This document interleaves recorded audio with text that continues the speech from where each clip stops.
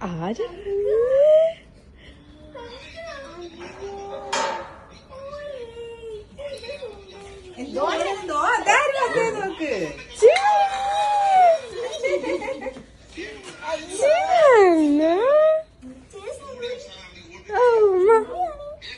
നോക്ക് മോന് മനസ്സിലായി നിശ്ചയ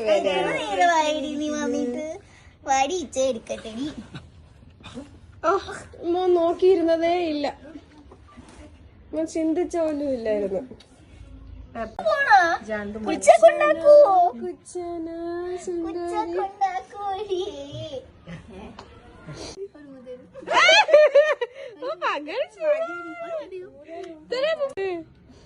ചേട്ടൻ കുഞ്ഞിന്റെ